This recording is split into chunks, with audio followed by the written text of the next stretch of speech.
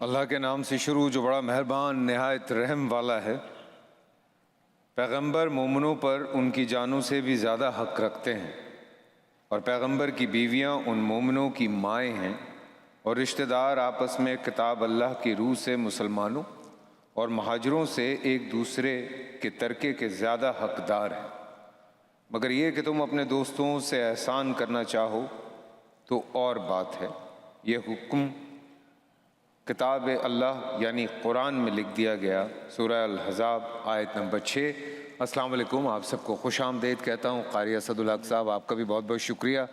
बिस्मिल्लाहिर्रहमानिर्रहीम। आज चूँकि खदीजतुल कुबरा हज़रत खदीजतुल कुबरा के हवाले से हम बात करेंगे, लेकिन अगर वहीं पे ये बात की जाए कि इस्लाम से कबल, इस्लाम की आमद से कबल औरत का मकाम माशरे में जिस तरह से था, जिस तरह जो एहतराम, जो इज़्ज़त आज या इस्लाम के बाद औरत को मिली वो पहले नहीं था। बहुत सारे वाक़यात में ये चीज़ हमें मिलती है कि ज़माना जहालियत में औरत को ही कसूरवार माना जाता था और जो मर्द था उसकी फ़जीलत होती थी, उसी की बड़ाई होती थी।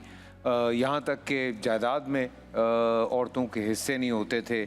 आम मामलात में भी जो है वो मर्दों को ज़्यादा बेहतर ज़िंदगी मिला करती थी बनिस्बत औरतों के, और ना कोई चीज़ औरतों को दी जाती थी। और अगर हम वेस्टर्न कल्चर की भी बात करते हैं तो 1882 में ख़वातीन को, शादीशुदा औरत को अपनी जायदाद पे हक मिलना शुरू हुआ। इस कानून को 1882 में मैरिड वुमेन प्रॉपर्टी एक्ट कहा जाता था, जिसके बाद शादीशुदा औरत अपनी कमाई और जायदाद की कानूनी मालिक बन सकती थी। इस्लाम ने अगर हम बात करें तो औरत हो, माँ हो, बेटी हो, बहन हो, बीवी हो, तमाम अजीम रिश्तों को इज़्ज़त व वक़ार बख्शा और उसे माशी हुकूक भी अदा किए। तारीख़ गवाह है कि हुज़ूर अकरम सल्लल्लाहु अलैहि वसल्लम की ज़ौजा मोहतरमा हज़रत खदीजतुल कुबरा एक कामयाब और बावक़ार ताजरा थी, और उनकी कमाई में सिर्फ बरकत ही नहीं थी बल्कि उसी माल से इस्लाम का जो इब्तदाई दौर है उसमें बेमिसाल खिदमात भी अंजाम दी गई। रसूलुल्लाह सल्लल्लाहु अलैहि वसल्लम फरमाते हैं कि अल्लाह की कसम, खदीजा रज़ी अल्लाह ताला अन्हा वो हैं जब लोगों ने मेरा इनकार किया उस वक्त वो मुझ पर ईमान लाईं, और जब लोग मुझे झुटला रहे थे उस वक्त उन्होंने मेरी तस्दीक की, और जिस वक्त कोई शख्स मुझे कोई चीज़ देने के लिए तैयार ना था उस वक्त खदीजा ने मुझे अपना सारा माल दिया, और उन्हीं से अल्लाह ताला ने मुझे औलाद अता फरमाई। हज़रत हलीमा रज़ी अल्लाह ताला अन्हा रसूल अकरम सल्लल्लाहु अलैहि वसल्लम की रज़ाई वालदा थीं। इस एतबार से वो हज़रत खदीजतुल कुबरा रज़ी अल्लाह ताला अन्हा की सास लगती थीं। उनके साथ हुस्न सलूक का मौका मिला तो यह आलम था कि एक बार कहत साली में मवेशियों के हलाक होने की वजह से हज़रत हलीमा सादिया तशरीफ़ लाईं, तो आपने उन्हें 40 बकरियां और एक ऊँट तोहफे में दिया। तो बात यह है कि आज के दौर में भी अक्सर व बेशतर कहीं गानों से ये बात गुज़रती है कि ये जो औरत की कमाई होती है ये बाबरकत नहीं होती, या औरत जो कमाती है उससे घरों में बरकत नहीं आती, या ये कोई अच्छी बात नहीं होती। एक तरफ हम इस्लाम की बात करते हैं, दूसरी तरफ हम ये बात करते हैं, फिर उसके साथ साथ ये भी बात सामने आती है कि जी जिस कल्चर में हम लोग हैं, जिस जहालियत के दौर से ये जो ख़ित्ता है जिसमें हम रहते हैं वो गुज़रा है, तो उसमें भी ऑब्वियसली बहुत सारे मसले मसाइल रहे हैं। तो ये बात आज हम जो हमारे आलिम आएंगे हम उनसे भी करेंगे, उनसे ये जानने की कोशिश करेंगे कि कहाँ से कैसे ये बात सामने आई कि जनाब औरत की कमाई में जो है वो बरकत नहीं होती। तो सारी मिसालें हमारे सामने मौजूद हैं, हमें कुरान और हदीस बहुत कुछ सिखाता है, लेकिन हम कभी कभी सुनी सुनाई जो बातें होती हैं उन्हीं को आगे बढ़ा देते हैं। तो चलें छोटा सा ब्रेक लेते हैं, ब्रेक से वापस आते हैं।